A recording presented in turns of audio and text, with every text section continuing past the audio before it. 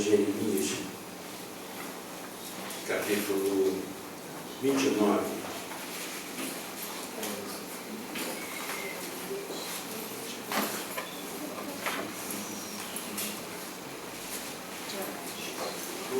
Jeremias 29, verso 4 até o verso 7.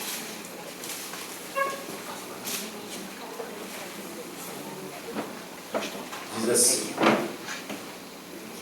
assim diz o Senhor dos Exércitos, o Deus de Israel, a todos os exilados que eu deportei de Jerusalém para a Babilônia: edificai casas e habitai nelas, plantai pomares, comei o seu fruto. Tomai esposa, gerais filhos e filhas, tomai esposa para os vossos filhos, e dai vossas filhas a maridos, para que vos tenham filhos e filhas. Multiplicai-vos aí, e não vos diminuais.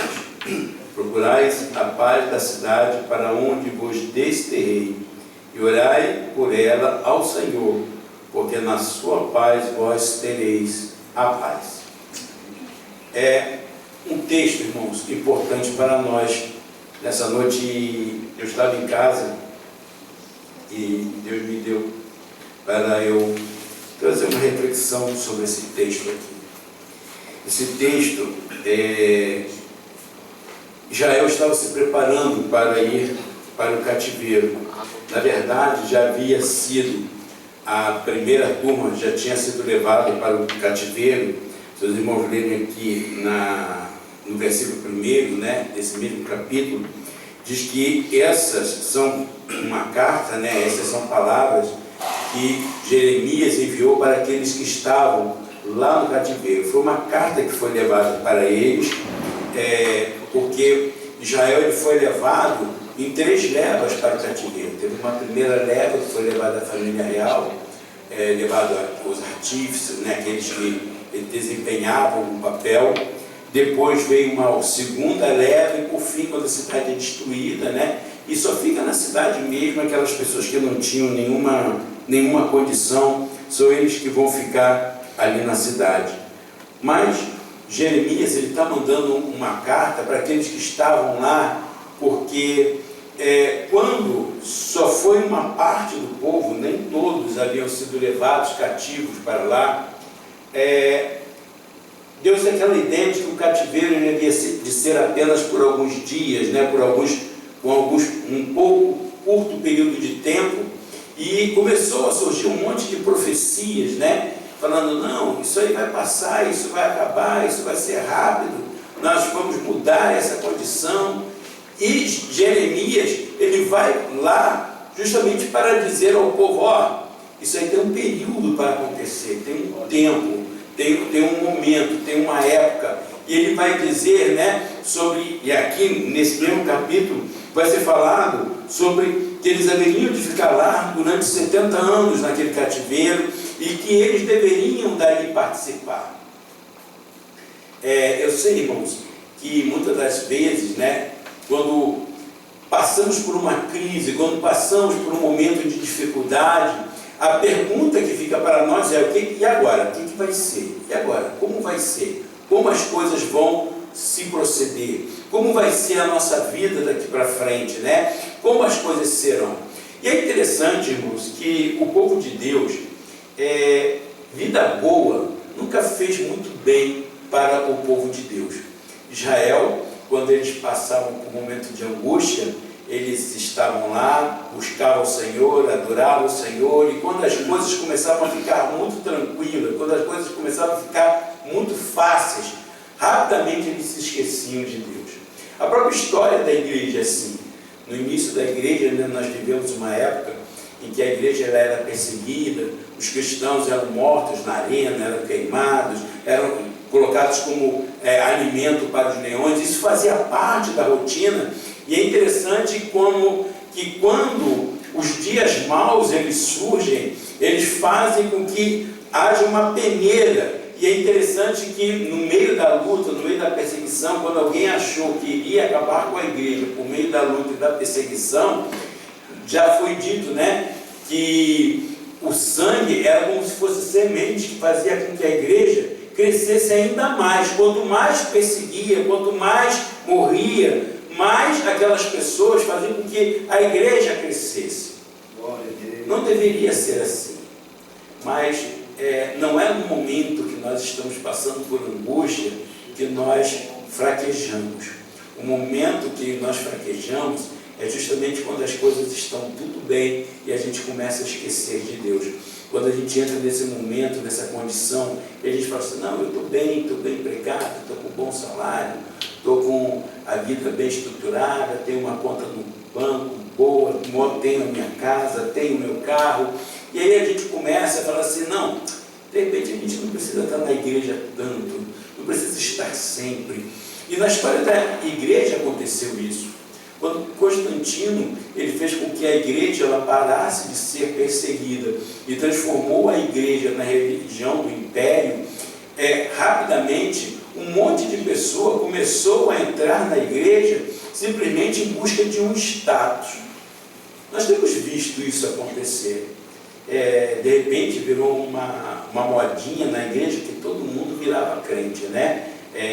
Artista que não tinha mais fama começava a dizer que era crente, pessoas que muitas das vezes diziam que se tornavam crente porque ser religioso trazia algum status, trazia uma projeção social, e muitas das vezes nós vemos pessoas que começavam a entrar dentro da igreja, e muitas das vezes a gente via que era parecido com aquela multidão que seguia Jesus, e o próprio Jesus ele dizia que ele não acreditava naquela multidão que estava ali, porque ele sabia que aquela multidão estava ali junto com Jesus, porque eles queriam pão, eles queriam cura das suas enfermidades, eles estavam apenas querendo proveito próprio. Bastou Jesus ser preso, que ninguém ficou do lado dele, todo mundo correu, todo mundo saiu, todo mundo fugiu. E muitas das vezes, irmão, nós vivemos essa condição. Muitas das vezes, quando nós estamos passando por um momento de luta, por um momento de perseguição, nós nos aproximamos de Jesus, né? Quando nós vamos, as coisas começam a ficar mais ou menos boas, quando o céu que estava negro, ele começa a aparecer alguns raios de sol, e nós começamos a falar assim, não precisa mais ir à igreja sempre, para que a gente vai? Irmãos, eu quero ver crente passando na luta, dizendo que não precisa orar. Quero ver crente que está passando pela luta, dizendo assim, não, eu não preciso ir para a igreja hoje não. Quero ver crente que está passando por dificuldade, fala assim, não, eu não quero saber de Deus, não. Não, quando a gente está passando por luta e por dificuldade, é justamente quando a gente se lembra de Deus. Aqueles homens que iriam pelejar com Gideão, eles foram reprovados quando eles desceram para beber água. Eles não foram reprovados na batalha, não foram reprovados na luta, não foram reprovados na guerra. Eles foram reprovados justamente na hora do refrigério, na hora do refresco, na hora que eles vão desfrutar de um pouco de descanso ali naquele momento, naquele dia, naquela correria que eles estavam se preparando para a batalha, descem ali para beber água, e ali, irmãos, é que muitas das vezes, quando as coisas estão boas, a gente esquece que mesmo que Deus ele nos dê vitória em algumas batalhas, e mesmo que nós estejamos vivendo momentos de relativa paz, a guerra, ela não terminou, a guerra, ela continua, a batalha, ela vai continuar. Se hoje nós fomos vitoriosos, eu preciso continuar em vigília para que eu possa me preparar para o que amanhã o inimigo vai fazer. Existe, uma frase que diz que o preço da paz é a eterna vigilância. O problema é que nós não temos como vigiar o tempo todo. Quem vigia nos ajuda. Naquilo que a gente não pode fazer, é Deus, é o Senhor que vigia. E mais nos momentos que muitas das vezes acontece isso, e isso aconteceu ali com Israel. Israel, se os irmãos lerem ali aquele texto, continuarem lendo aqui na frente, ele vai falar que o povo de Deus, ele não estava agindo como um povo de Deus. Muitas das vezes ele vai falar sobre pecados que estavam acontecendo, muitas das vezes ele vai falar sobre os líderes que não pregava aquilo que Deus mandava pregar, os profetas não entregavam as profecias oriundas de Deus, mas cada um entregava de si mesmo, cada um falava de si, e Deus manda dizer, olha, por causa disso eu vou precisar pesar a mão sobre esse povo, eu vou precisar fazer uma limpa, eu vou precisar mudar, porque muitas das vezes, ele diz aqui, né, que era como se fosse uma cesta de figos cheia, mas que eram figos que não eram bons, não dava para comer, então ele precisava fazer uma mudança naquilo ali, mas ele diz aqui, para os seus servos, né, para o seu povo, olha só, sei que vai vir um momento de dificuldade, sei que vai vir um momento ruim, mas a vida, ela precisa continuar. Eu vou continuar abençoando vocês, eu vou tomar conta daqueles que são meus, eu vou guardar aqueles que me servem, eu vou guardar aqueles que estão diante de mim. E aí ele diz, ó, vocês que estão indo para lá, vão lá, edifiquem suas casas, construam, façam lugares para vocês poderem habitar, planta seus pomares, colhem os frutos, comem daquilo que a terra vai lhe dar. Olha, toma a esposa, faça um filho, dê seus filhos para casamento, dê suas filhas para casamento, tenham netos, e por fim, ore pela paz da cidade, porque a paz da cidade é a sua paz. A paz da cidade é o momento para vocês estarem bem. E nós, irmãos, como servos do Senhor, e é interessante, né, que quando ele fala assim, olha pela paz da cidade, ele estava se referindo à paz de Babilônia, porque eles estavam indo para ser levados como escravos para a Babilônia. E Deus fala o seguinte, olha para que vocês lá na Babilônia, olhem para que Babilônia tenha paz, porque se Babilônia estiver em paz, vocês também estarão em paz. E muitas das vezes, irmãos, a gente esquece que o nosso melhor testemunho é justamente nós continuarmos sendo produtivos, continuarmos dando testemunho da nossa confiança em Deus, mesmo nos momentos que a gente acha que as coisas, elas não estão indo muito bem, que as coisas não estão indo da forma como deveria. Mesmo que muitas das vezes o fruto do nosso trabalho vai abençoar aqueles que às vezes não merecem, mesmo que o fruto do nosso trabalho vai ajudar aqueles que, aos nossos olhos, não deveriam estar ali, mas nós precisamos entender que esse é o testemunho que nós precisamos dar também.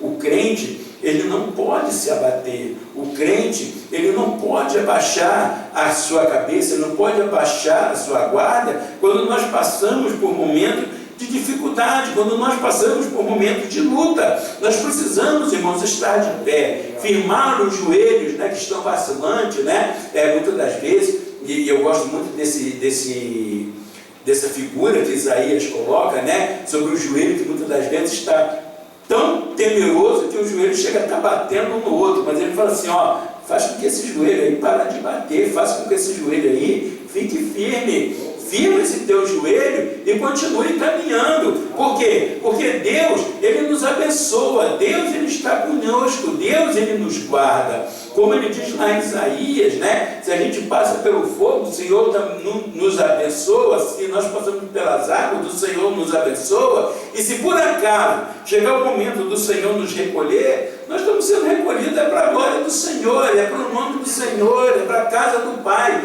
porque, como disse, né, Russell Shedd, ele diz que o crente, o morrer, é um retorno ao lar. E nós precisamos entender que no final, para nós, não existe a guerra perdida, não existe a luta perdida. O que nós precisamos é continuar dia após dia, dando o melhor de nós, fazendo aquilo que nós podemos fazer de melhor. Para quê? Para que a nossa cidade, para que a nossa casa, para que a nossa pátria, para que o nosso país, para o nosso estado, para o lugar onde a gente estiver morando, tenha paz, porque a paz deles também é a nossa paz. Se eles estiverem prosperando, nós prosperando. Mesmo que muitas das vezes a gente fala assim, Senhor, mas é para eles, mas é dessa forma, mas é desse jeito, ora pela paz da cidade, porque a paz da Babilônia é a paz de vocês. E muitas das vezes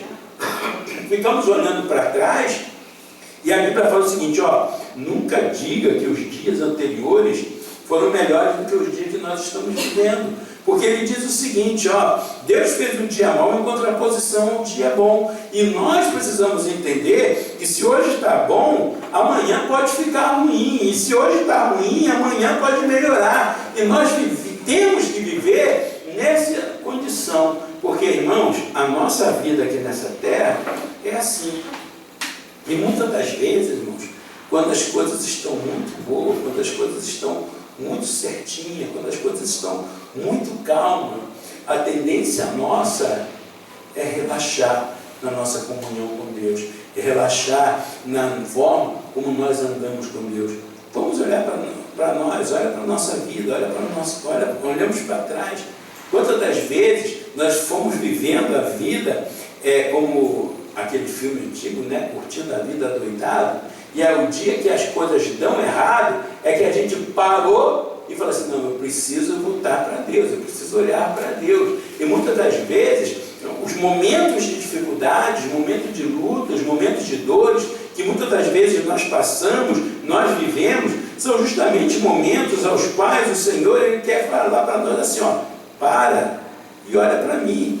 Para um pouquinho de ficar só vivendo da forma como você pensa, da forma como você age, da forma como você... O mundo não é só curtição. E muitas das vezes, irmãos, nós mesmos, como servo do Senhor, a gente começa a viver a nossa vida e fala assim, não, é o hino, né? Vai dar tudo certo. Vai dar tudo certo, só que às vezes o dar tudo certo não é da forma como a gente achava que ia ser. Às vezes o dar tudo certo. Cassiane, né, ele fala sobre o encontro de Jacó com o anjo, né? Eu não vou sair daqui enquanto não receber a bênção, enquanto não vou receber a bênção. Tá bom, Jacó, mas vai mancar o resto da vida. Você recebe a bênção, mas vai mancar o resto da vida. Porque muitas das vezes, o nosso encontro com Deus, se Deus não encostar no osso para a gente mancar e passar o resto da vida, muitas das vezes, né, Paulo ele diz, eu trago no meu corpo as marcas de Cristo. E as marcas é justamente esse sinal que a gente olha e fala assim, não, foi por isso aqui que me aproximei de Deus. Foi por isso aqui que eu me aproximei das pessoas de Deus. E muitas das vezes os sinais, as marcas, né, as cicatrizes que são postas em nós, é justamente para a gente parar e falar assim, não, foi por causa disso que eu encontrei a Jesus. Por causa disso que eu encontrei o Senhor. É quando a Bíblia fala, né, que seu olho te escandaliza, arranca ele. Eu não estou falando para você pegar uma faca e enfiar no teu olho.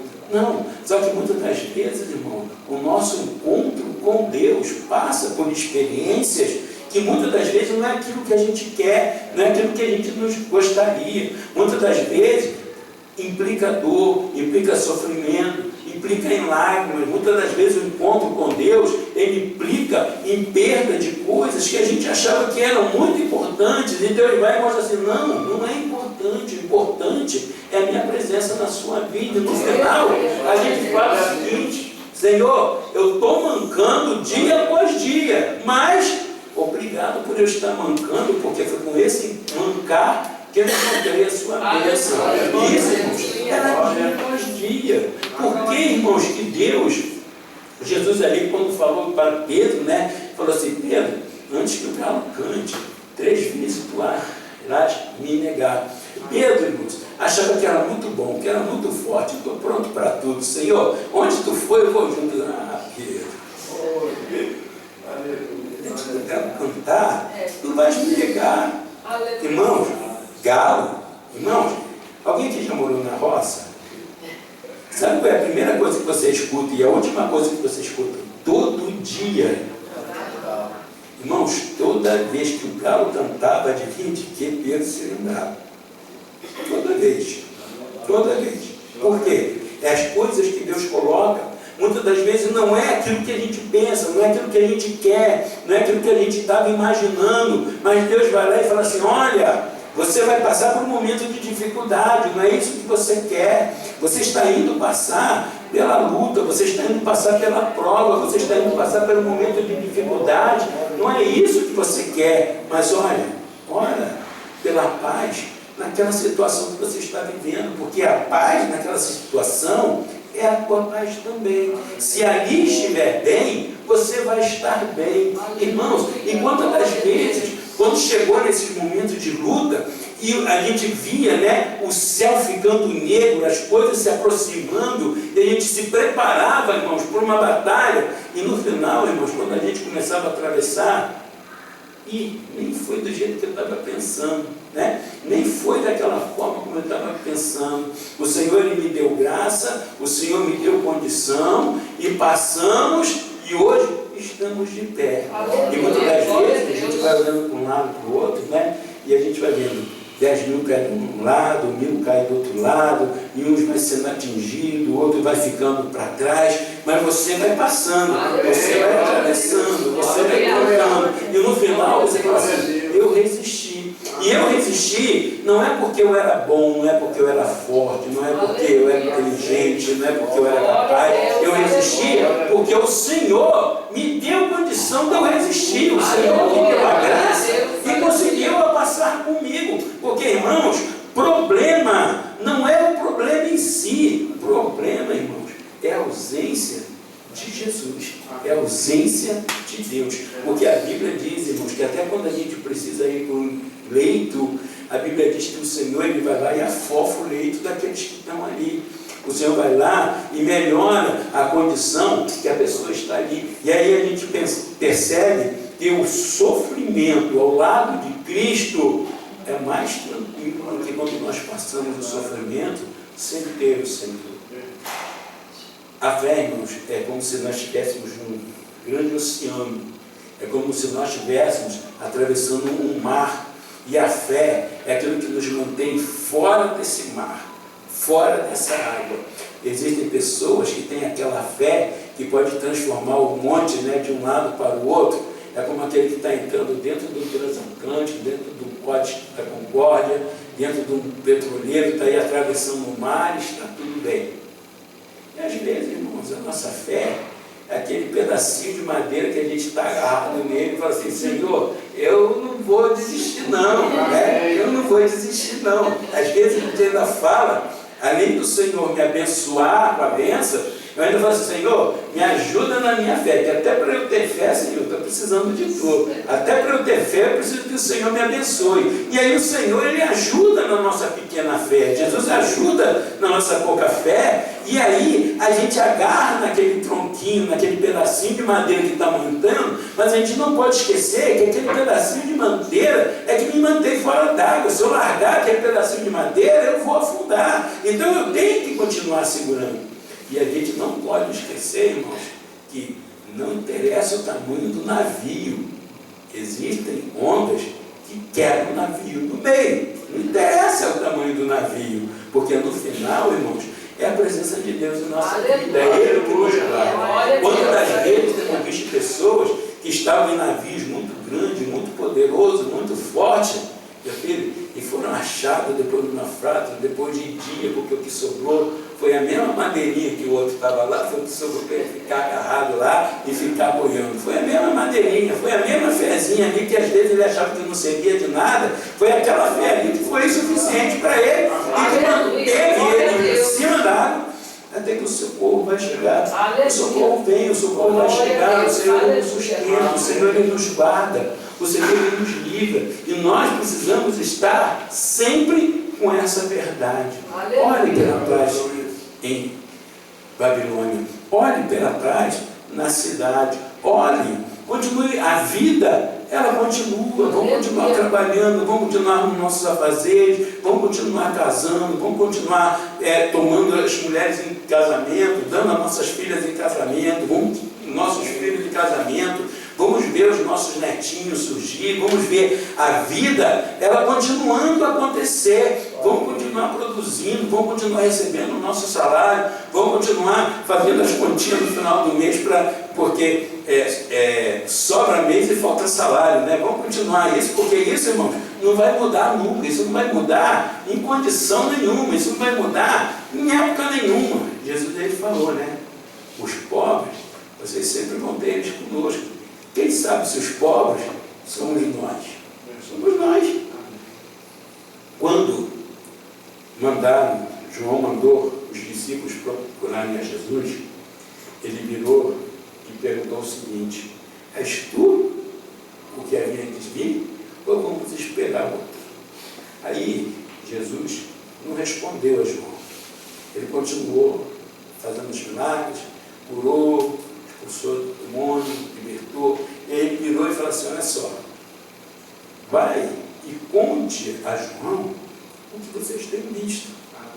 Os cegos veem, os mudos falam, os surdos ouvem, os coxos andam, e aos pobres é anunciado o Evangelho. O coxo deixou de ser coxo, o mudo deixou de ser mudo, o surdo deixou de ser surdo, mas o pobre vai continuar sendo pobre. Ele foi anunciado o Evangelho. Vai anunciado o Evangelho. Vai continuar assim. Vai continuar dessa forma. E quem sabe, irmãos, essa é a vida. Graças a Deus, irmãos. Eu sempre falo, né, quando a gente vai ter um momento do ofertório, eu sempre falo, né, que existem algumas igrejas que falam assim: não, vem cá, que você vai dar tanto para que Deus possa te abençoar. Irmãos, não é o contrário. É assim. Eu só tenho algo para oferecer porque Deus me abençoou. Deus abriu minha porta de emprego, Deus me deu salário, Deus me deu força para trabalhar, Deus me deu condição de eu pagar as contas do mês e ainda sobrar um trocadinho no final. Na verdade, eu não trago para que o Senhor me abençoe, eu trago porque Ele já me abençoou. Não tem como, irmãos, o homem fazer com que Deus seja o devedor dele. Deus nunca vai ser devedor do homem. É sempre o homem que está devendo a Deus. Sempre somos nós. E muitas das vezes, irmãos, a gente precisa passar por alguns momentos que não seriam aqueles que a gente queria. Mas a gente tem que passar. A gente precisa passar. Por quê? Para que a gente possa entender que no mundo nós haveremos de ter aflição. E a gente não pode esquecer, irmãos, que o nosso descanso não é aqui. O nosso descanso é no céu. O nosso descanso é na presença do Senhor. E como cristãos, isso faz parte da nossa vida. As lutas é justamente o que faz parte da vida de todo cristão na história da igreja. Eu sei que tem um discursinho aí de vida fácil, de que tudo vai ser resolvido, né? Tapete vermelho até chegar no céu. Eu não sei em que Bíblia esse pessoal está lendo. Eu não sei em que Bíblia, porque na minha Bíblia não é isso. O que importa, irmãos, é que Deus que cuida em Jerusalém é o Deus que vai cuidar na Babilônia. E o Deus que cuida na Babilônia é o Deus que também vai cuidar em Jerusalém. É sempre Ele que cuida. Não interessa o momento. É por isso que foi a fé que Abraão tinha em Deus que fez com que ele virasse para Ló e falasse assim: ó, escolhe para onde você quer ir. A bênção não está onde você está. A bênção está em quem acredita em Deus. Ló, ele olhou para as campinas e daqui a pouco não estava tudo virando comida para fogo. E ele, Abraão, foi para o deserto. E daqui a pouco Deus estava fazendo ele cavar, ter água, estava fazendo ele abençoar, plantar. E no final, no deserto, ele foi mais feliz do que Ló nas campinas do Jordão. Que Deus aí possa, irmão, nos abençoar, que Deus possa tomar conta de nossas vidas, que nós possamos, irmãos, continuar confiando que o Deus que tomou conta de nós até aqui é o mesmo Deus que vai tomar conta de nós até o final dos tempos. Ele está conosco. O Senhor está conosco. Que Deus possa nos abençoar em nome de Jesus.